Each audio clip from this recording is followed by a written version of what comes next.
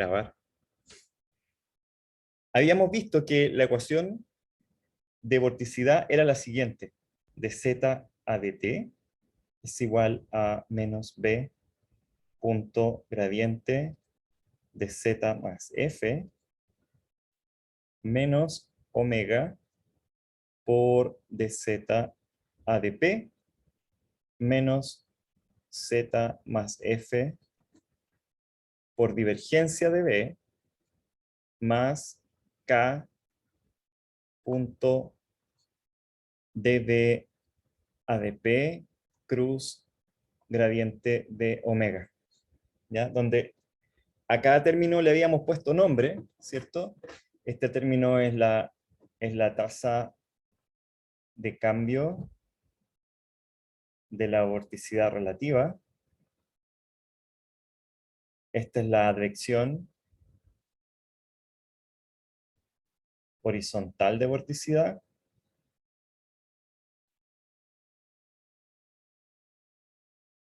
Igual uno podría decir que la advección de vorticidad absoluta, ¿cierto? Esta es la advección vertical de vorticidad.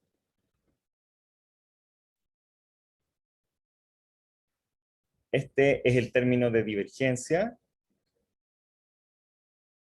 Y este de acá es el término de inclinación.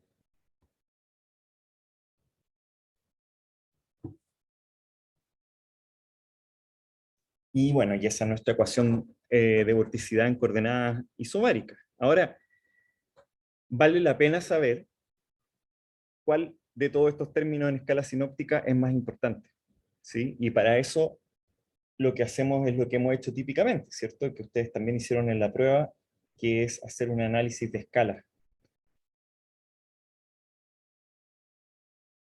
de la ecuación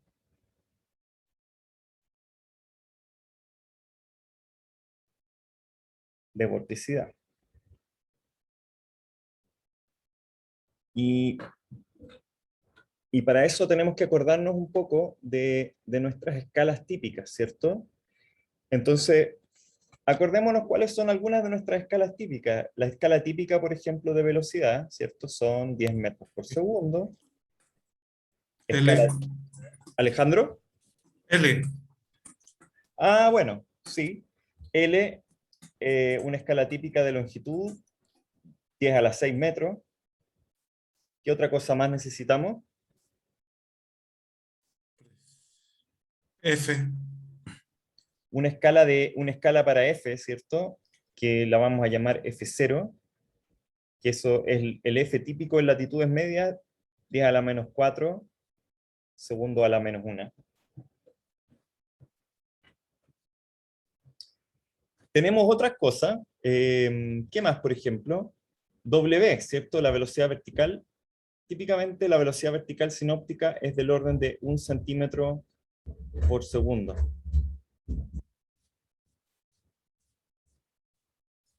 ¿Qué más tenemos?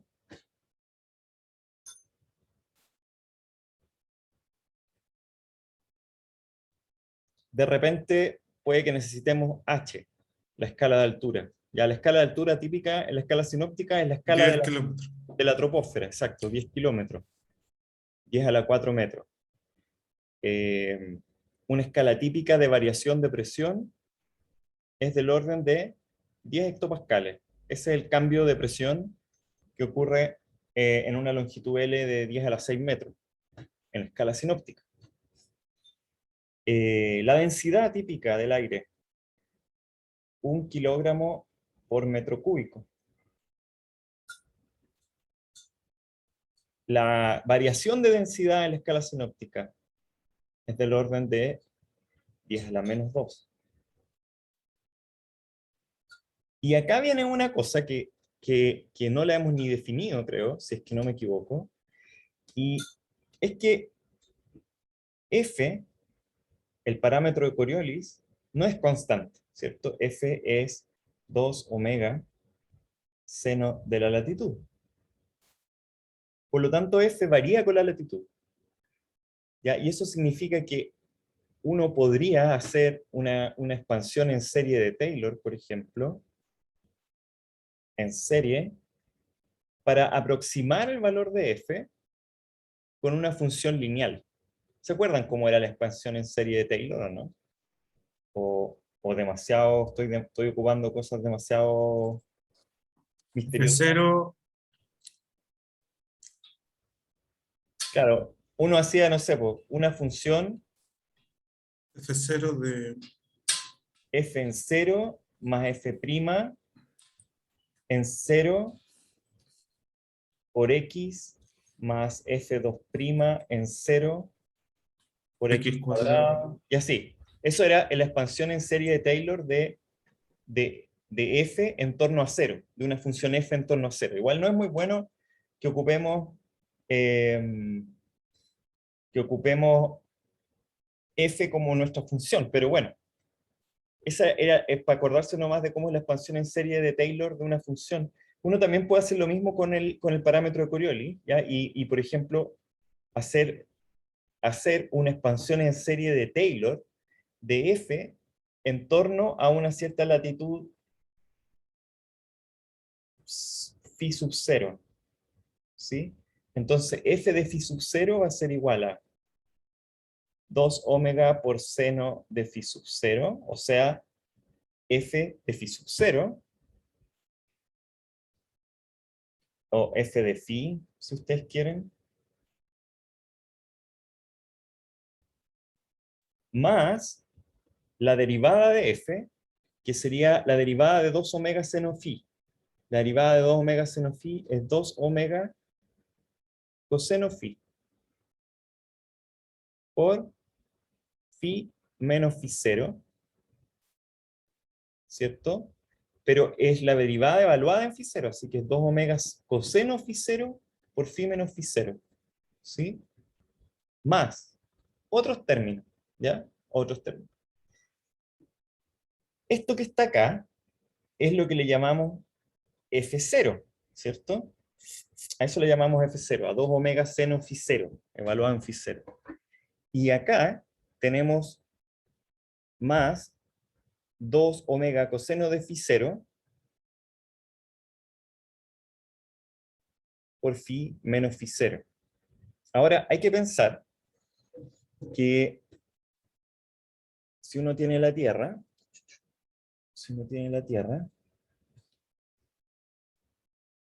nunca tan oblicua, y uno está mirando dos latitudes,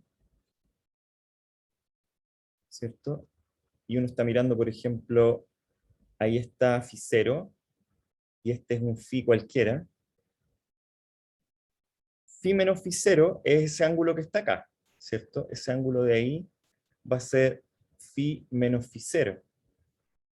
Pero ese ángulo phi menos phi 0 es una especie de delta i, ¿cierto? De tal forma que delta i es igual a r por phi menos phi 0. O en realidad, r era como cuando lo decíamos que era variable, ¿cierto? Pero di en realidad es igual a el radio de la Tierra, por phi menos phi 0. ¿Ya? O también uno podría decir esto es una coordenada i. Una coordenada i es proporcional a por phi menos phi 0. ¿De dónde? Uno puede escribir f como f0 más 2 omega coseno de phi 0 dividido por a por i. Y entonces uno escribe esto en realidad como f0 más beta por i, donde uno le llama beta a ese parámetro que está ahí, que es 2 omega coseno de phi 0 partido por a. Y de hecho eso se le llama el parámetro beta, tal como a f se le llama el parámetro de Coriolis. Ese es el parámetro de Coriolis. Esto de acá se le llama el parámetro beta. Y se define así. Y cuando uno toma esta aproximación en serie de Taylor de f, se dice que uno está trabajando en lo que se llama el plano beta.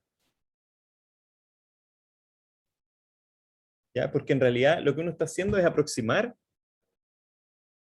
la esfericidad de la Tierra como si fuera un plano, en realidad, en donde el parámetro de Coriolis varía linealmente con la latitud.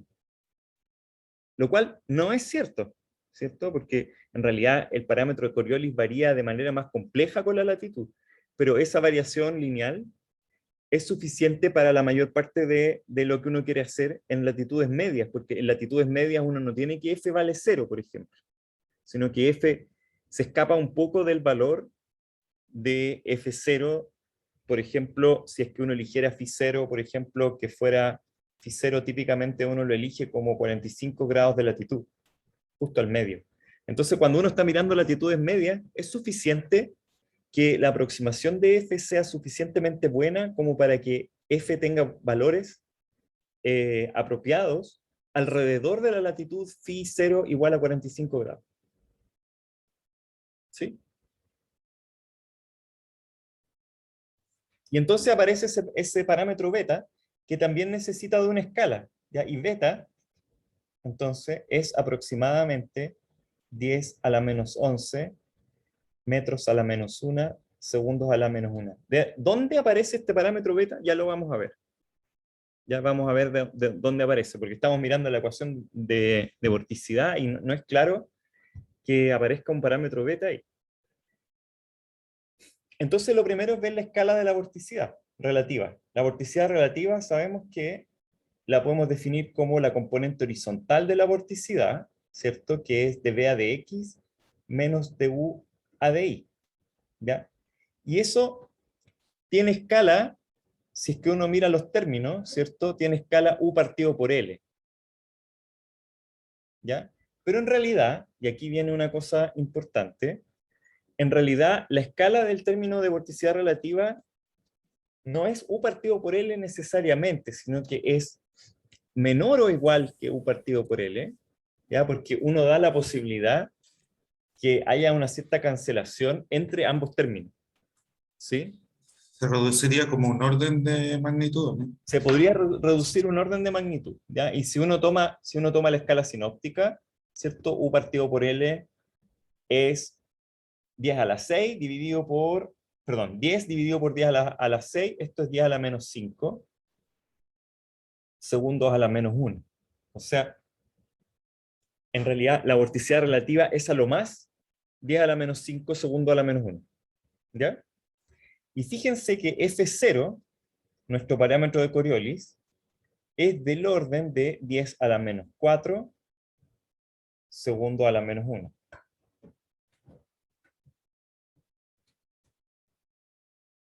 Y entonces, ¿qué podemos concluir rápidamente respecto del análisis de escala de estas dos vorticidades? Esta es la vorticidad relativa, ¿cierto?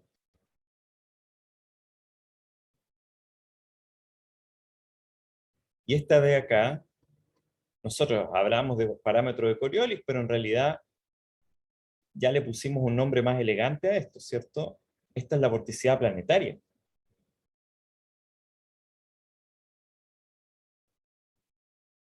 ¿Qué podemos decir entonces de la vorticidad relativa respecto de la vorticidad planetaria? Bueno, que la vorticidad planetaria en general es mayor que la vorticidad relativa. Y es dominante, de hecho. Cada vez que aparezcan estas dos sumadas, va a dominar la vorticidad planetaria en escala sinóptica, en general. ¿Sí? Lo cual significa que, por ejemplo, en el término de divergencia, que era este z más f por du a dx más dv a dy, podemos considerar que z más f va a ser del orden de f0. Así que esto va a ser del orden f0 por la divergencia. ¿Cierto? Porque va a ser dominante el término f. ¿De acuerdo? Otra forma de ver la relación entre z y f0 es escribir que z dividido por f0 va a ser menor o igual que u partido por f0 por L, ¿cierto? Que es la escala de la vorticidad relativa dividido por la escala de la vorticidad planetaria. Ah, pero ese es nuestro conocidísimo amigo.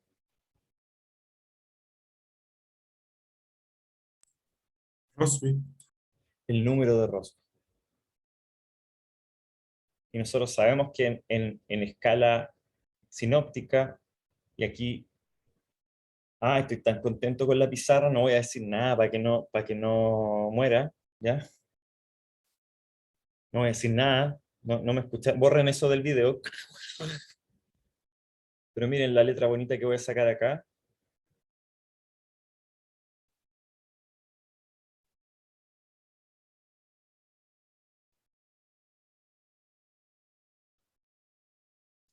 El número de Rossby es del orden de 10 a la menos 1, ¿cierto?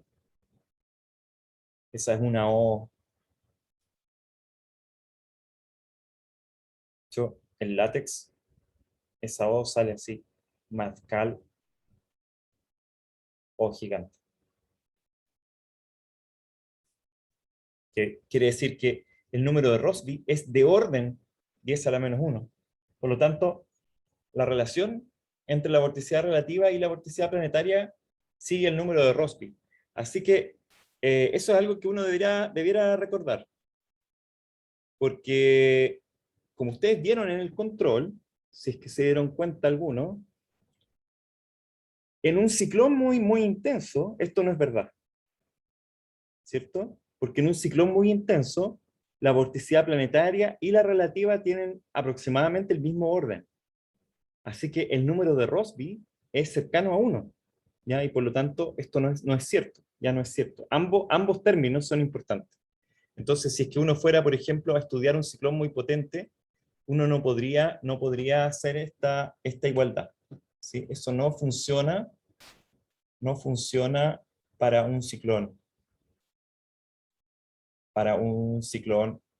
intenso, pero sí para un sistema sinóptico normal, común y silvestre.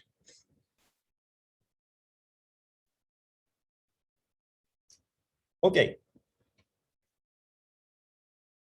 Los otros términos de la ecuación, por ejemplo, el término entonces de la tasa de cambio de la vorticidad con el tiempo, y también las advecciones horizontales, por ejemplo esa,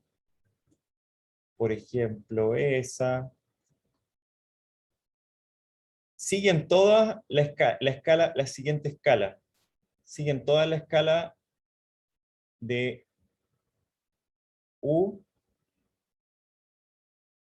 por la escala de la vorticidad dividido por L, ¿cierto? Y la escala de la vorticidad relativa es U partido por L, así que siguen todas U cuadrado partido por L cuadrado. Y eso es aproximadamente 10 a la menos 10 segundos a la menos 2. El término de advección vertical de vorticidad, que sería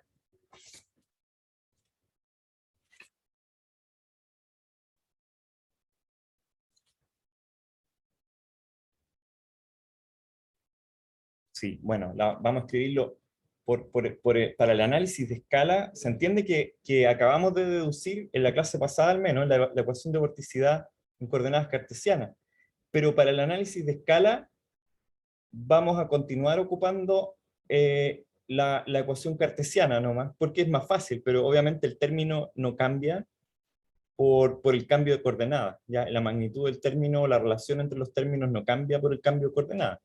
W por dz a dz, ¿cierto? ¿Tiene qué escala? Sería la escala W multiplicado por la escala de la vorticidad relativa, U partido por L, dividido por la escala de altura, que es H. ¿Ya? Así que esto tiene escala W por U partido por L por H. Y esa escala es aproximadamente, cuando uno le mete números, es 10 a la menos 11 segundos a la menos 2. Ya, así que acabamos de ver ya primero que entonces la tasa de cambio local más las advecciones horizontales son un orden de magnitud mayores que la advección vertical de vorticidad. ¿Sí? Ok.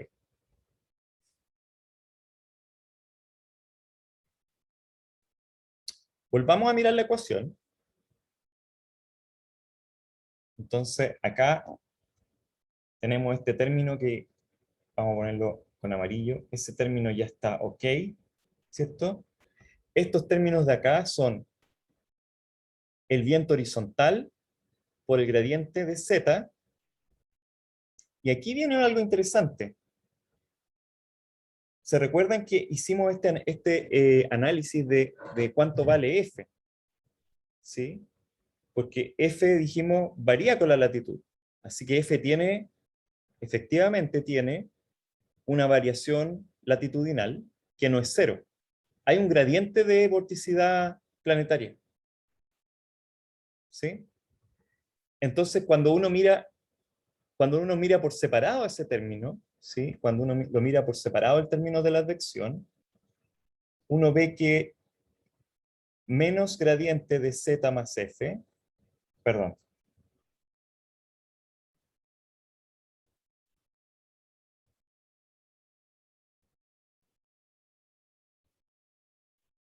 menos b punto gradiente de z más f, uno lo podría escribir así también, como menos b punto gradiente de z menos b punto gradiente de f. ¿Sí? Estos ya están cubiertos, ¿cierto? Por lo que hicimos acá arriba, y nos falta ver qué pasa con este. Entonces, ¿cuánto vale gradiente de f?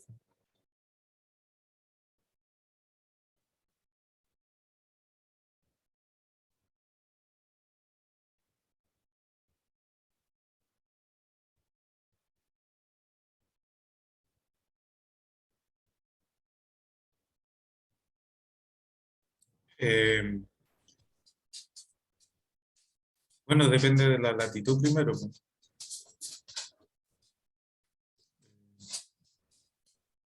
Va a ser gradiente de f0 más beta por i.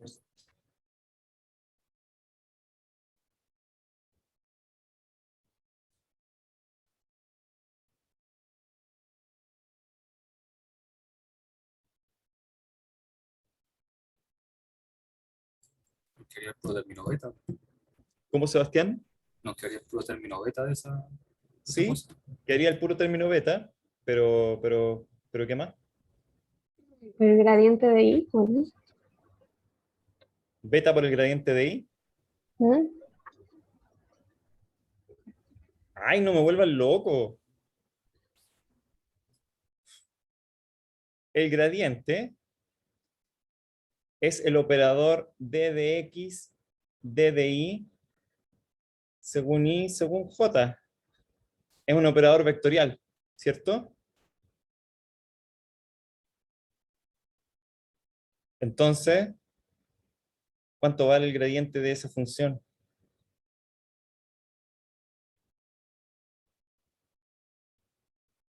Pero sería beta, como dijo el Seba, pues. Beta en J, o sea, beta. No, beta no. Sí. ¿Beta?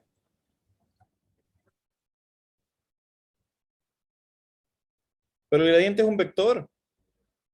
En J. Gracias, Alejandro. Gracias, Vicky. Gracias, Sebastián.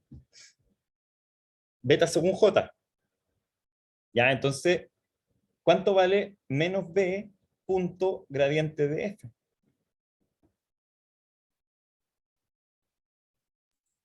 Sería menos B beta.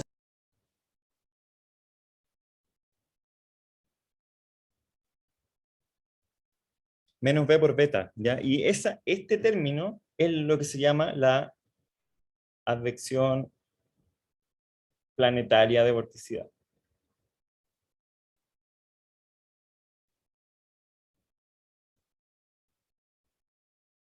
Y me demoré tanto y me puse pesado porque en realidad este término es súper importante. ¿Sí?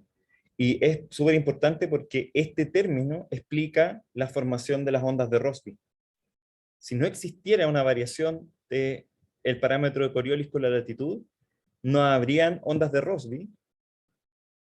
Y bueno, ya vamos a ver qué son las ondas de Rossby, pero básicamente esa advección planetaria de vorticidad solo ocurre porque uno trae viento desde el norte o desde el sur que tiene distinta vorticidad. Lo hemos discutido, ¿cierto? Hemos discutido esto como de manera cualitativa, pero no le habíamos puesto ni número ni tampoco ecuación a esto. Ya esta es la ecuación en donde aparece esta advección de vorticidad planetaria. Y entonces tenemos que evaluar ese término menos beta por B. Y bueno, menos B por beta, ¿cierto? Tiene una escala del orden de U por beta, ¿sí? Por eso que necesitábamos el famoso beta. Y esa escala U por beta es 10 a la menos 10 segundos a la menos 2. O sea, ojo, la advección horizontal de vorticidad relativa tiene la misma escala que la advección horizontal de vorticidad planetaria. Así que suena como que esos dos se van a mantener de alguna forma. ¿Ya? Ahora, volvamos a nuestro término de divergencia. El término de divergencia, ¿cierto? El completo sería f más z por du a dx más dv a di. Pero ya vimos que en la escala sinóptica esto debería ser simplemente f0 por du a dx más dv a di. Y nuevamente, la tentación es que este término de u a de x sea en realidad proporcional a u partido por L. Pero nuevamente, de u a de x y de b a de y se tienden a compensar entre ellos, ¿ya? Y no a sumar. Y por lo tanto, este también es un menor o igual que f0 por u partido por L. Y eso significa que esto es menor o igual que 10 a la menos 9, 10 a la menos 9 segundos a la menos 2. ¿Ya? Ahora vienen los otros términos. Viene el término de inclinación, que de nuevo, estamos haciendo el análisis de escala en coordenadas cartesianas, así que vamos a escribir los términos en coordenadas cartesianas. dw a de x, dv a de z, menos dw a de y, du a de z, ¿sí? Eso todo tiene orden w u partido por h por l, ¿cierto? Porque w partido por l serían los términos de w a de x y u partido por h son los términos de el cisalle. Y esto también es menor o igual porque también los términos de inclinación podrían tender a compensarse más que a sumarse unos con otros, ¿ya? Así que aquí también hay una compensación y uno diría, esto es el límite superior de lo que podría llegar a ser este término. Y por lo tanto, cuando lo hacemos, este término es chiquitito igual. Es 10 a la menos 11 segundos a la menos 2 en la escala sinóptica. Todo esto en la escala sinóptica. Recuerden que hemos hablado de este término en conexión con... No me resisto a dibujar un tornado aquí en la pizarra. Y sabemos que este término no es necesariamente pequeño en relación con los tornados.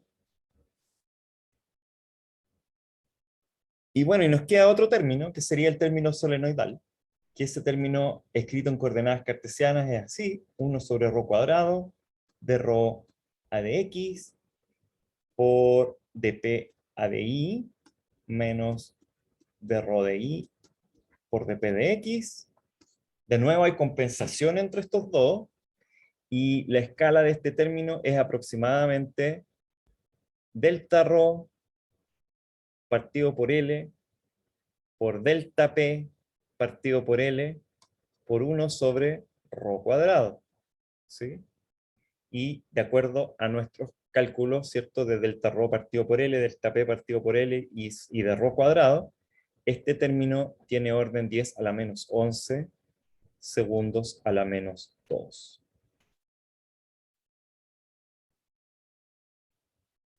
¿Ya? Ok.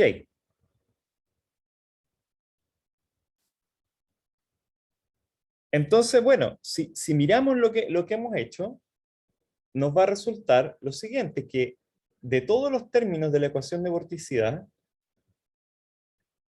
nos debiéramos quedar con aquellos que tienen orden 10 a la menos 10, 10 a la menos 10, pero aquí hay un problema, y es el siguiente, que el término de divergencia aparentemente es de orden menor o igual a 10 a la menos 9. Podría ser 10 a la menos 10, ¿cierto? Podría ser 10 a la menos 10, pero también podría ser 10 a la menos 9, y eso significa que entonces este término es el dominante, y más encima el problema es que no tiene con quién ser compensado, ¿ya? Lo cual es bien raro, ¿sí? Que una ecuación no tenga compensación. Pero lo que sucede en realidad es lo siguiente, y es que efectivamente la divergencia, escrita así, de esta forma, que uno pensaría ingenuamente que tuviera escala U partido por L, ¿cierto? Pero en realidad tiene escala menor o igual que U partido por L, y es aún más increíble, ¿sí? La divergencia solo puede ser compensada por la advección de vorticidad si es que en realidad es de un orden menor a la advección de vorticidad. ¿Sí? Como este término es U partido por L, ¿sí? Y los términos de advección de vorticidad, bueno, si quieren, ¿cómo escribimos esto? El término de divergencia tiene orden F0 U partido por L, ¿sí? Pero para que este término realmente pueda ser compensado por los términos de advección, lo único que nos queda es que la divergencia sea un orden de magnitud menor a lo que nos resulta de acá. Entonces, por algún motivo, uno debiera decir que en realidad la divergencia es aún menor y es del orden, esto lo podríamos escribir así, de U a de X más de B a de Y, dividido por F0, ¿sí? Es de orden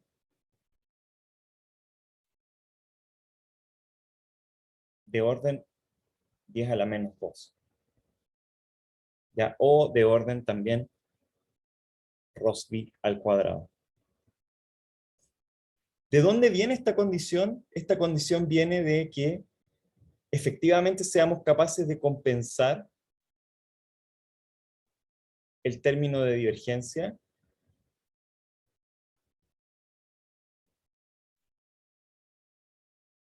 con las advecciones de vorticidad. Entonces, y aquí de nuevo podríamos detenernos un poco a pensar en esto del análisis de escala. El análisis de escala funciona siempre y cuando uno sepa la respuesta, ¿cierto? Aquí estamos haciendo trampa, básicamente. Estamos diciendo, pucha, el análisis de escala está súper bien, pero resulta que tenemos un término que es un orden de magnitud mayor que todos los demás. Y entonces lo que decimos es, no puede ser. Ese término no puede ser un orden de magnitud mayor que los demás, porque si fuera, entonces no tendría cómo ser compensado. Así que del análisis de escala, lo único que podemos concluir es que entonces el término de divergencia es aún menor de lo que nosotros creíamos. Y que por lo tanto la compensación tiene que ser aún más radical. Y eso significa que se tiene que cumplir que el término de divergencia dividido por el parámetro de Coriolis sea de orden menos 2, o sea, de orden Rossby cuadrado. ¿Ya? Y eso significa entonces que el término de divergencia comparado ahora con la vorticidad relativa, ups, aquí estamos dibujando el módulo, ¿cierto?, de este término. El módulo de este término va a ser menor o igual que orden 10 a la menos 1 o de orden Rossby.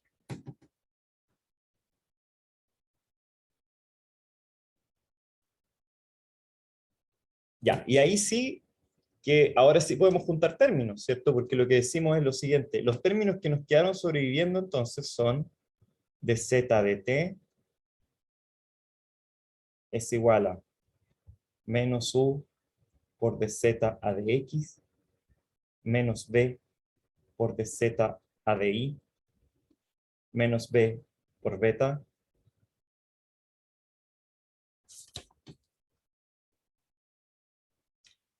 menos z más f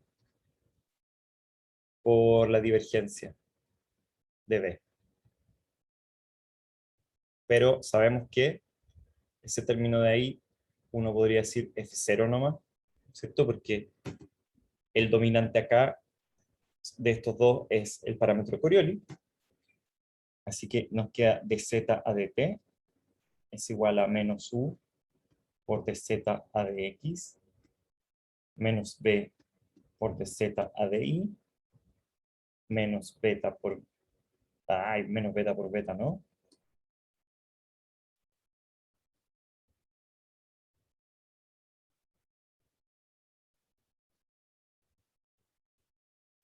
Menos b por beta menos f0 por divergencia de b. Si es que ordenamos los términos otro poco, nos va a quedar que dz a dt más b punto gradiente de z más b punto gradiente de f es igual a menos f0 de u a dx más db a di. Y eso también lo podríamos escribir así como d horizontal a dt z más f es igual a menos f por du a dx más db a di, donde ese d horizontal a dt, ¿cierto?, es d a dt más d punto gradiente. O sea, la derivada material siguiendo solo el movimiento horizontal.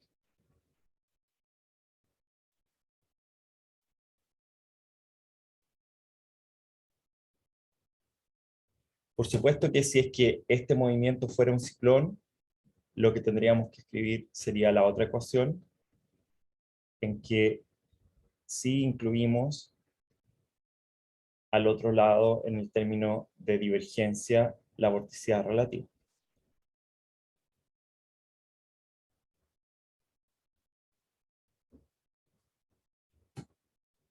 Ya que la vorticidad relativa tiene el mismo orden de magnitud en un ciclón intenso,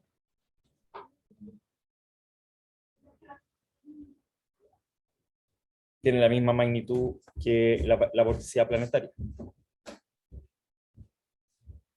Y si se recuerdan, cuando discutimos el término de divergencia, dijimos, si es que el término de divergencia fuera el único término que está presente en la ecuación, entonces esta ecuación nos mostraría un límite a la formación de un ciclón, de un anticiclón.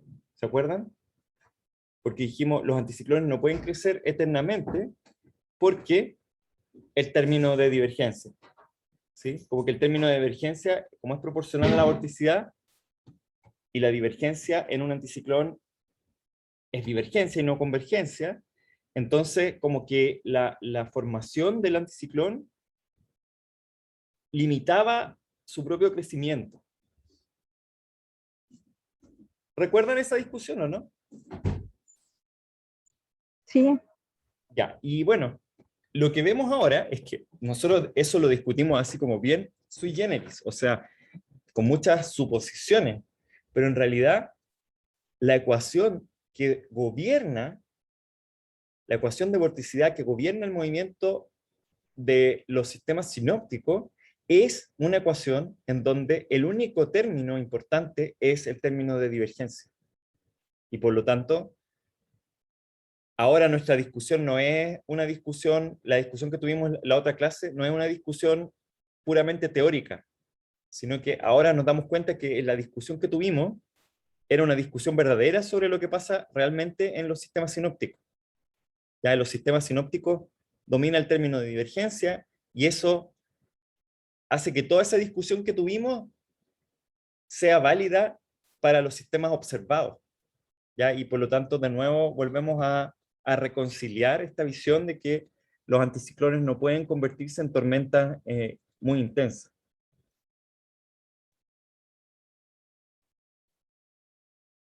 O sea, cuando uno lo piensa, el viento geostrófico es proporcional al gradiente de presión nomás.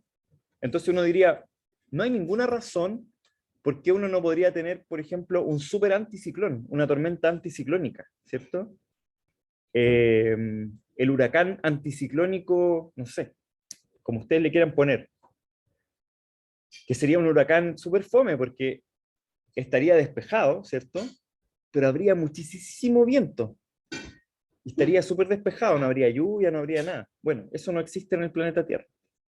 Ya, y la razón es ¡tanán!, la ecuación de vorticidad. La ecuación de vorticidad no permite ese súper anticiclón existir.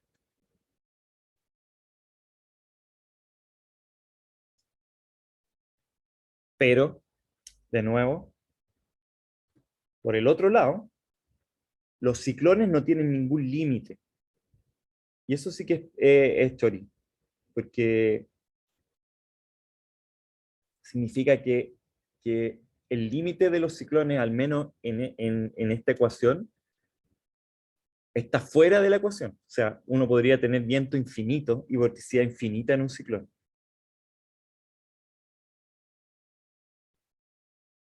Which is obviously wrong. Profe, Sí, Sebastián. pero planetas que roten súper lento, así, podrían haber como tormentas anticiclónicas intensas, ¿no? Porque ahí F sería chiquitito. Eh, si F fuera chico, claro, uno podría pensar que podría haber tormentas anticiclónicas intensas. Pero en general, ¿qué es lo intenso? Lo intenso es lo que se parece a F igual. Entonces, si el planeta girara muy lento, también probablemente todas las tormentas serían también más leves. Eh, lo que al final, lo que al final limita a un ciclón, y eso sí que ustedes deben estar conscientes de eso, lo que al final limita el crecimiento y la profundización de un ciclón no son las ecuaciones de movimiento en la atmósfera, sino que es la condición de borde en el suelo. ¿Sí? Y el ejemplo más claro de eso es la dinámica de huracanes, en donde un huracán sobre el océano, en donde tiene menos roce, ¿ya? Tiene menos roce en el océano que en el continente. La razón de eso es que en el océano uno puede mover el mar con el viento. Entonces el mar no es necesariamente una superficie fija y por lo tanto se produce una cierta inercia, ¿cierto?, del océano con el viento del huracán, de tal forma que el agua no presenta un obstáculo dinámico y de roce tan potente como es el continente. El continente uno no puede hacer girar la Tierra, ¿sí? Sino que o uno destruye la Tierra o uno saca palmeras y saca árboles, pero uno no puede empezar a mover la Tierra, no funciona así, no se convierte en un fluido viscoelástico la Tierra cuando se le pone un ciclón, un huracán por encima. Entonces, el huracán baja su intensidad rápidamente cuando llega a un continente. ¿Sí? Y entonces uno podría pensar, bueno, ¿cómo sería entonces un huracán en un planeta en donde, por ejemplo, el mar opusiera aún menos resistencia y hubiera menos roce, o en un océano con menos roce? Con un océano, no sé cómo podría ser, con una viscosidad menor, por ejemplo, de un líquido cuya viscosidad sea más baja. Un planeta, un exoplaneta, con huracanes. Debe existir. Seguramente también las tormentas que se alcancen son mucho más intensas. De hecho, el récord de presión, baja presión de un huracán de todos los tiempos se consiguió hace poco. Y, es menos de 900 hectopascales en el centro, a nivel del mar. Es decir, es como que estuviéramos a 1000 metros de altura, y esa es la presión central que puede alcanzar un ciclón intenso. Así que, bueno, no hay mucho más que decir respecto de esto, y esta ecuación es súper útil, porque es una ecuación de pronóstico también. ¿Ya? Si se fijan, el cambio en la vorticidad es proporcional a la vorticidad multiplicado por la divergencia, lo cual significa que uno podría eventualmente integrar esta ecuación y conseguir hacer un pronóstico. ¿Ya? Como ustedes se imaginarán, esta ecuación fue la primera ecuación que la gente ocupó para hacer un pronóstico del tiempo. ¿Sí? Porque lo que uno hace es que, ya, supongamos que tenemos el viento observado, entonces, o conocemos las isóbaras o las isoipsas del viento. Entonces tenemos, no sé, una alta presión acá y una baja presión por acá. Con las isóbaras se puede calcular el viento como viento geostrófico. Del viento uno puede calcular la vorticidad, ¿sí? Y también puede calcular la divergencia con el viento. Así que uno tiene todos los elementos, con el puro viento, uno tiene todos los elementos para calcular los términos de esta ecuación. Pero como esta ecuación tiene un cambio con el tiempo, entonces es posible integrar esta ecuación hacia adelante y lograr estimar entonces el cambio de la vorticidad con el tiempo. Así que uno en un tiempo posterior, solo ocupando el campo de viento, uno podría estimar el campo de viento que va a ocurrir en el instante siguiente. Y así, ir integrando la ecuación en el tiempo hacia adelante. Ya, y después, bueno, una vez que uno tiene la vorticidad en un tiempo pronosticado, lo que uno tiene que hacer ahora es invertir la vorticidad y recuperar el viento. Y una vez que uno recupera el viento, tiene un pronóstico. No de la lluvia, ni de si va a estar soleado, si va a estar despejado. Pero uno tiene un pronóstico del campo de velocidad. Ese es el primer pronóstico del tiempo que se hizo en computador, ocupando la ecuación de vorticidad. En el año más o menos, en el año 1950.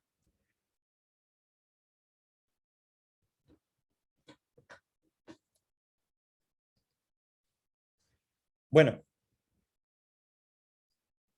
un caso especial de la ecuación de vorticidad, es la ecuación de vorticidad barotrópica.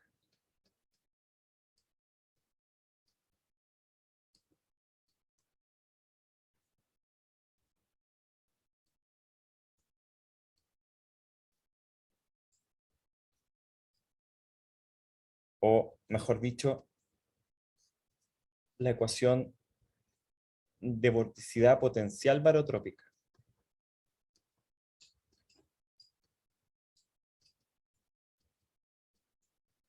¿Ya? Y aquí lo que hacemos es suponer un fluido incompresible.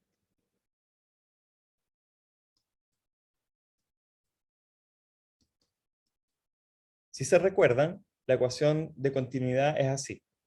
1 sobre ρ de ρ de t más divergencia de U, donde U es el viento tridimensional, o sea, es el movimiento tridimensional, es igual a 0. Si el fluido es incompresible, quiere decir que ρ no cambia, ¿cierto? ρ no cambia, y por lo tanto este término es 0 en un fluido incompresible. Así que para un fluido incompresible la ecuación de continuidad es bien sencilla, es así nomás. Divergencia de U es igual a 0. En coordenadas cartesianas, uno escribe esto, du a de x más dv a de y más dw a de z es igual a 0. ¿Ya? O, escrito de otra forma, la divergencia horizontal, nuestra amiga la divergencia horizontal, es igual al cambio de la velocidad vertical con la altura.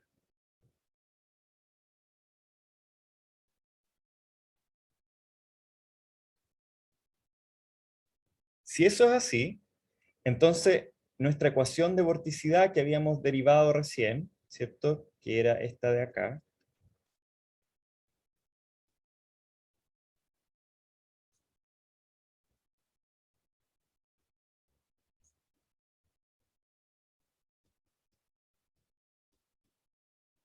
la podemos escribir así, como eso igual a eso por dw a dz. ¿Sí? Donde reemplazamos du de x más dv a de y por menos dw a dz, y por eso se nos va ese signo menos de y. Y lo que podemos hacer acá son varias cosas. Primero, vamos a aproximar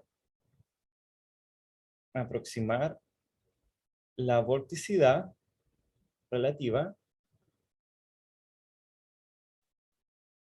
por su valor geostrófico.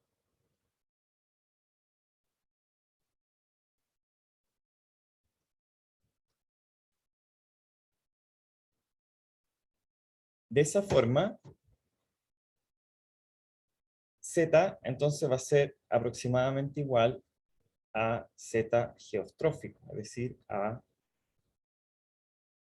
dv geostrófico a de x menos du geostrófico a de y.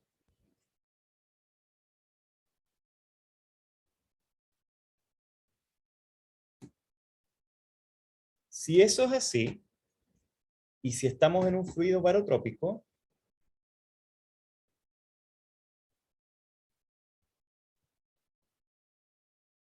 en un fluido barotrópico, ¿se recuerdan? El viento geostrófico no cambia con la altura. Du sub g a de z es igual a dv sub g a de z e igual a 0. En un fluido barotrópico. Y entonces podemos hacer lo siguiente. Podemos tomar la ecuación que tenemos, que sería dh de z geostrófico, lo vamos a poner al tiro así, a dt es igual a z geostrófico más f por dw a dz. Y podemos integrar la ecuación en z. Entonces la integramos entre z1 y z2.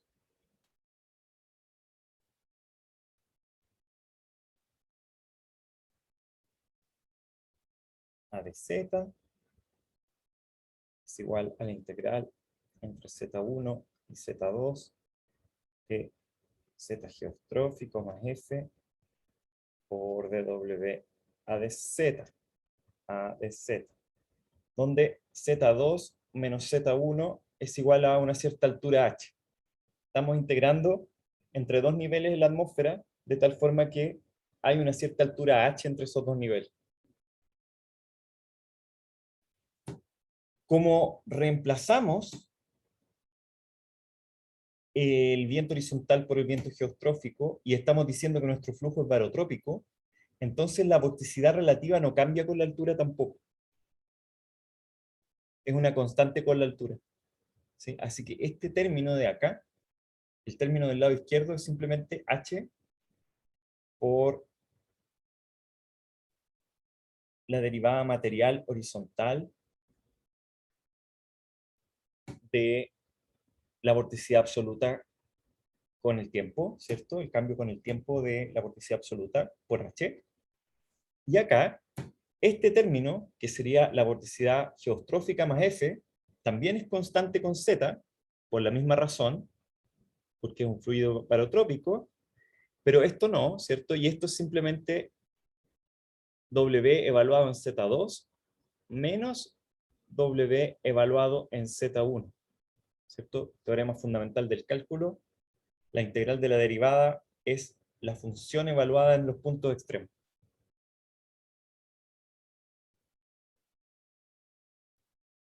Pero ahora, fíjense que W es de Z a dt, ¿cierto? W es de Z a dt. Así que W en Z2 es en realidad de Z2 a dt, y W en Z1, W en Z1 es de Z1 a dt.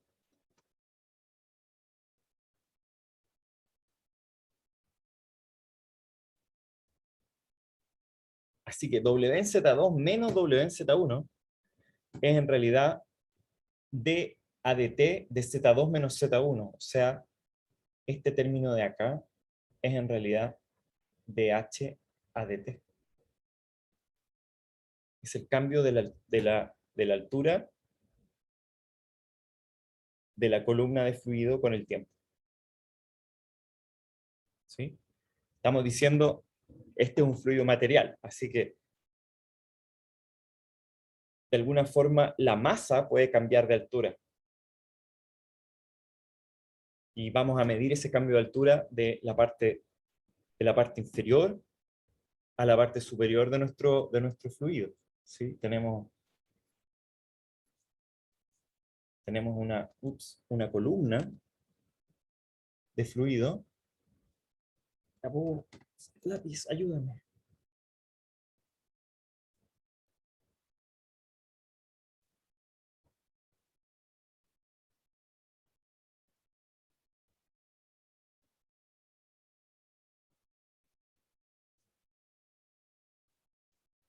Esa columna de fluido puede cambiar con el tiempo, ¿cierto? Podría, por ejemplo, achatarse.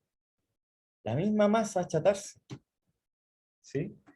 Y lo que sabemos es que va a cumplir con la ecuación que acabamos de deducir, que es la siguiente. H por la derivada horizontal con el tiempo de Z sub G más F es igual a Z sub G más F multiplicado por la derivada con respecto a la horizontal también, con respecto al tiempo, de H, de la altura H. Pero esto se ve como una especie de trabalengua, ¿cierto?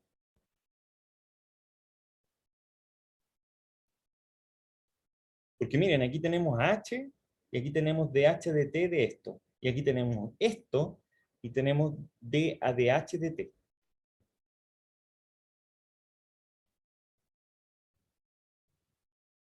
Algo podremos hacer con esa ecuación, ¿no? ¿Y harían las derivadas de los logaritmos de cada uno? Sí, exactamente, porque lo que tenemos acá es que esto es 1 sobre ZG más F por D de T de ZG más F es igual a 1 sobre H de D sub H a dH a dt. Y eso de ahí, como bien dijo la Victoria, es d logaritmo natural de Z sub G más F a dt. Y esto de acá es d logaritmo natural de H, de sub H, H chiquitita para indicar la horizontal, a dt. Así que esta es la resta de los logaritmos. Y es igual a 0, más encima. Así que nos queda que d sub H, logaritmo natural de Z sub G más F de ADT menos b sub h, el logaritmo natural de h de a de t, es igual a 0. Pero la resta de los logaritmos es lo mismo que el delta de la división, ¿cierto? Así que esto de acá es lo mismo que d sub h a de t del logaritmo de z sub g más f partido por h.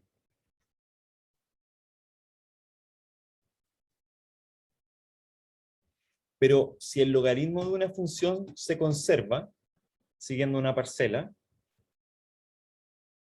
el valor de la función también se conserva siguiendo la parcela. Así que esta ecuación sea verdad, implica que también es verdad esto.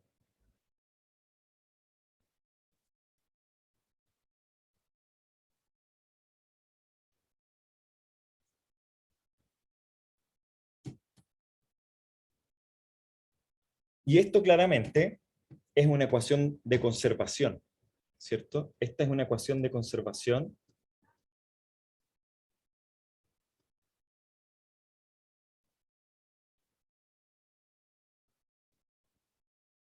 de la vorticidad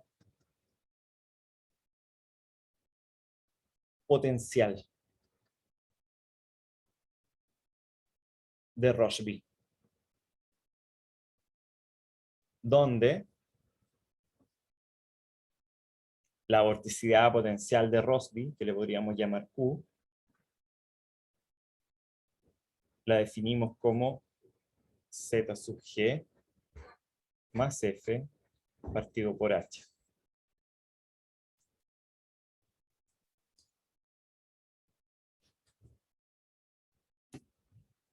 Esa cantidad se conserva siguiendo al fluido, en un fluido barotropo.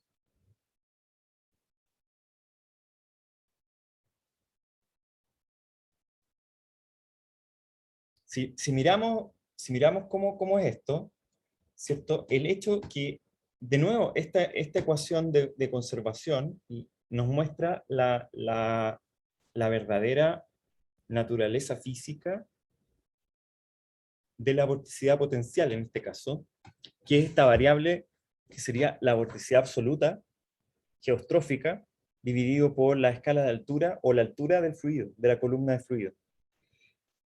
Y lo que dice es lo siguiente: si yo achato el fluido, entonces el fluido tiene que compensar ese achatamiento con giro, con un aumento de su giro relativo, de su vorticidad.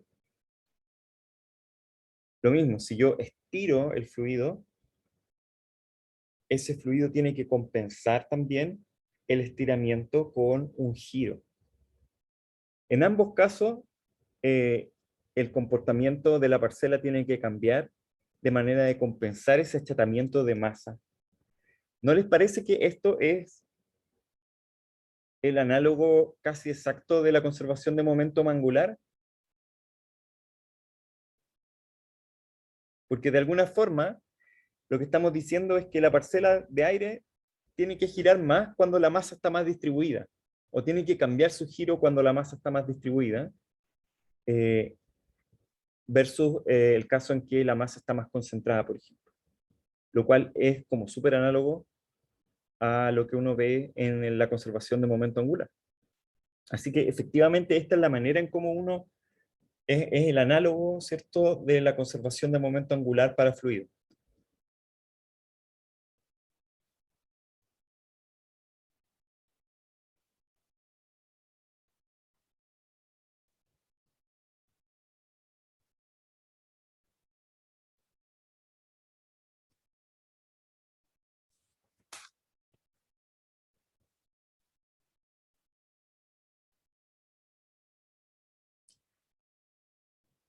Sí, la ecuación, sí, si el flujo es puramente horizontal,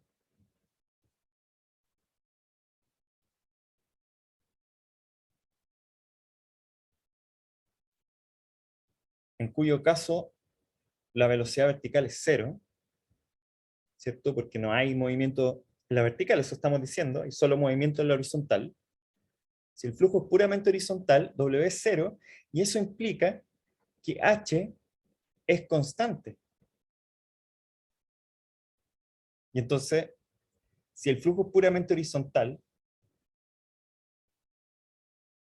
de Z sub G más F dividido por H, A de T, igual a 0, bueno, eso implica, con todas las suposiciones que hemos hecho antes, que también se cumple que D sub H de T de Z sub G más F es igual a 0 ahora. O sea, es más fácil aún la conservación. Ahora es la vorticidad geostrófica absoluta la que se conserva, en el caso de un flujo puramente horizontal.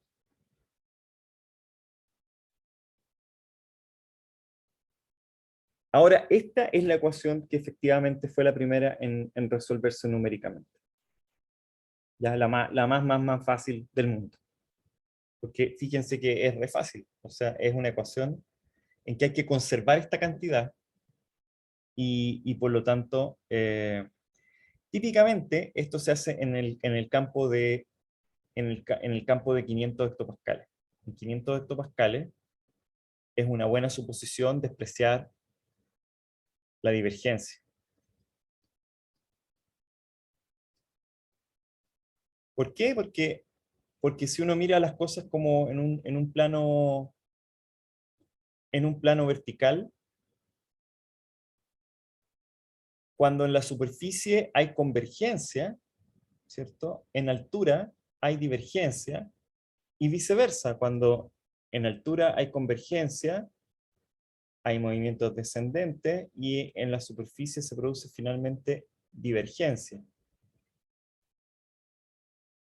Pero ambas, divergencia y convergencia, o divergencia y convergencia, se maximizan en los extremos, cerca de la superficie, cerca de los 1000 hectopascales, y cuando uno dice en altura, uno generalmente está pensando en algún nivel cercano a los 200 hectopascales o cercano a la tropopausa. Pero en el nivel medio, es decir, en 500 hectopascales, los sistemas sinópticos tienden a no tener demasiada divergencia ni convergencia. Ahí es donde se maximiza otra cosa. ¿Qué se maximiza en 500 hectopascales?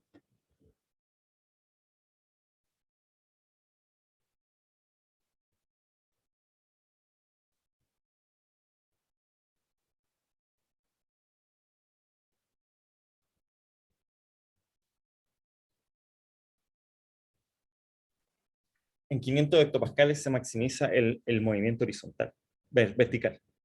El ascenso y el descenso tienen su máximo en alrededor de 500 hectopascales.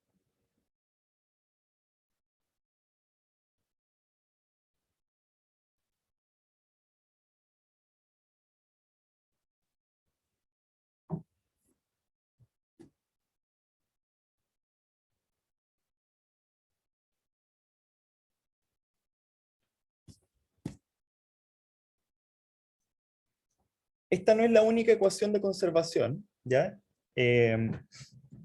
Existe una tercera ecuación de conservación, si uno quiere, que es la siguiente. ¿Ya? Cuando uno recuerda la definición de la temperatura potencial, θ es igual a P, bueno, si es que uno lo escribe así, en realidad, C sub θ es igual a T por P partido por P0 por R partido por C sub P, pero también, ¿cómo es esto? P es igual a ρ por R sub D por T. Por lo tanto, T es igual a P partido por ρ por R sub D. ¿Sí? Y por lo tanto, θ es igual a P partido por ρ por R sub D por P partido por P0 por R partido por C sub P. ¿Sí? Profe, antes que siga, tiene la vuelta la presión. Empecé por arriba. P0 partido por P.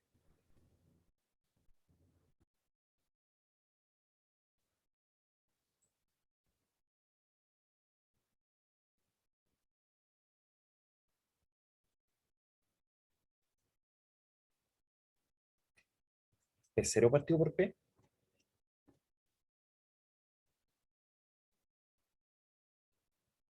Sí.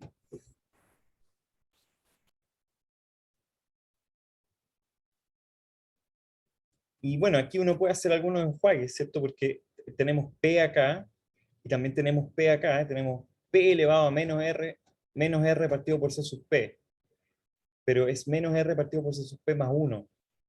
Pero entonces es C sub P partido por C sub P menos R partido por C sub P. C sub P menos R es C sub B partido por R por C sub P. Lo estoy haciendo mental no estoy seguro que uno quiera hacer eso, ¿ya? Sí, ya, bueno, ya hagámoslo.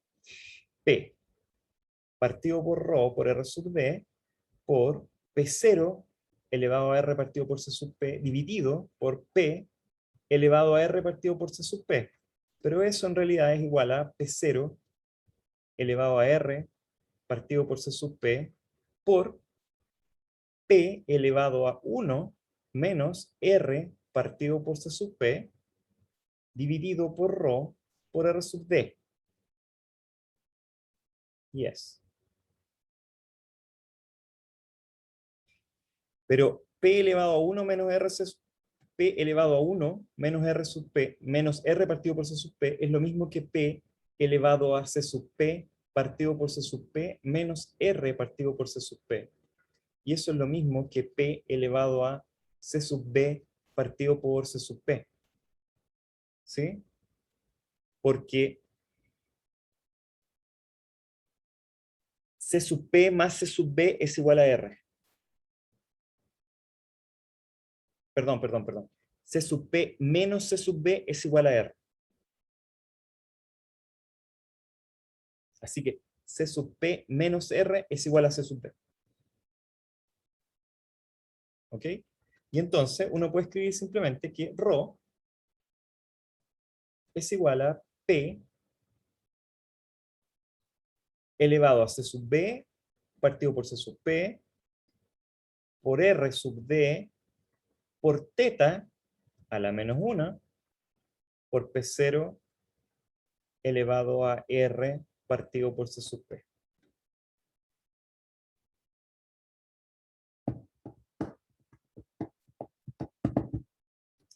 Fíjense, ¿qué pasa si yo tengo una parcela ahora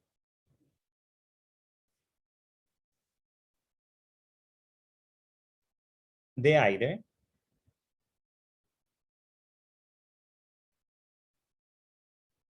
que se mueve en un plano o en una superficie tal que su temperatura potencial es constante? Lo que uno dice así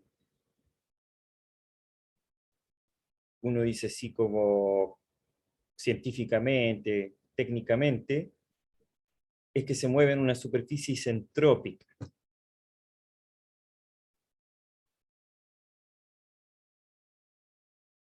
O que sigue un movimiento isentrópico. ¿Sí? Porque uno está definiendo una superficie de temperatura potencial constante, y por lo tanto la parcela, uno dice, ya, yo acepto que la parcela se mueva como sea, pero dentro de esta superficie isentrópica, ¿ya? Y sin roce,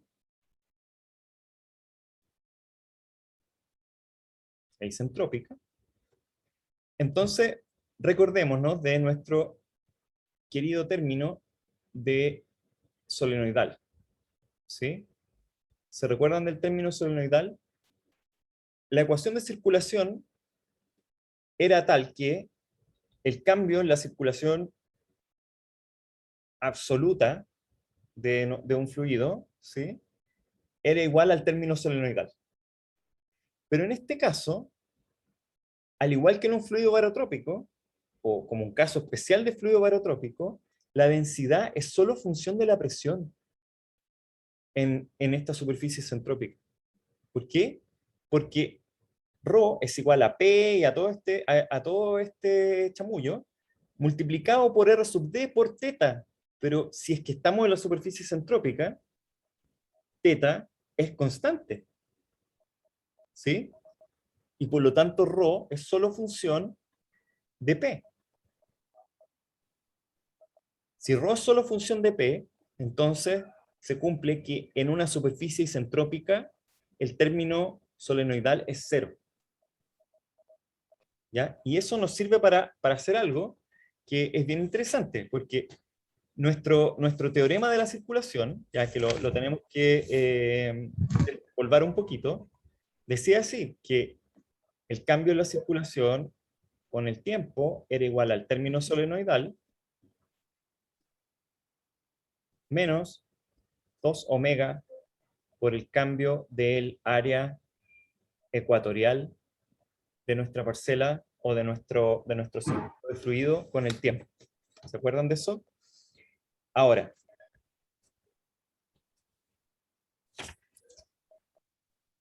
si es que estamos en una superficie isentrópica, entonces este término es 0. Nuestro término es 0, el término solenoidal. Y lo que nos queda, entonces, es que considerar que esta cantidad ahora es constante. De AdT, de la circulación, más 2 omega, por el cambio del área ecuatorial con el tiempo. Otra forma de escribir eso es escribir el área ecuatorial va a ser delta A por seno de la latitud, ¿cierto? Y eso igual a 0. Fíjense aquí, ojo, 2 omega por seno de la latitud, ya, alerta de la vorticidad planetaria. Este es la circulación.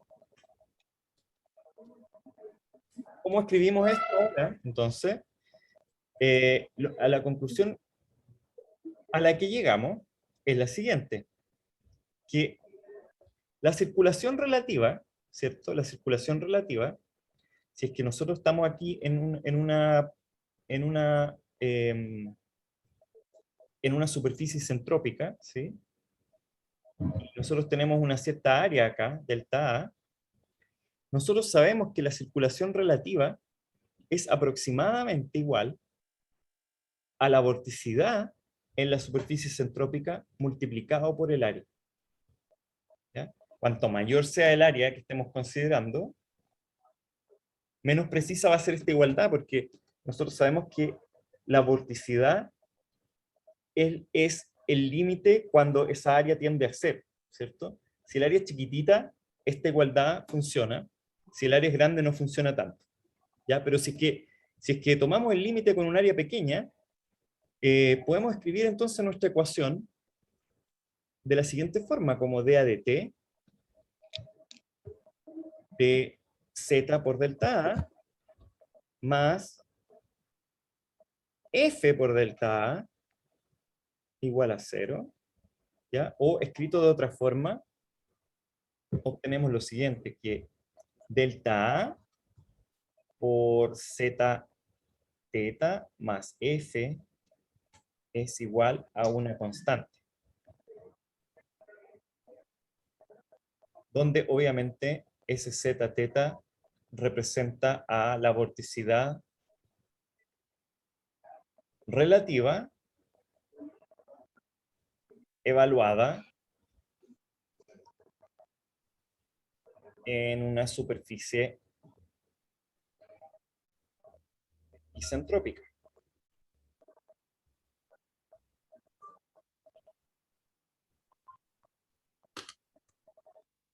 Bueno, parece que vamos a quedar hasta acá hoy día, chicos.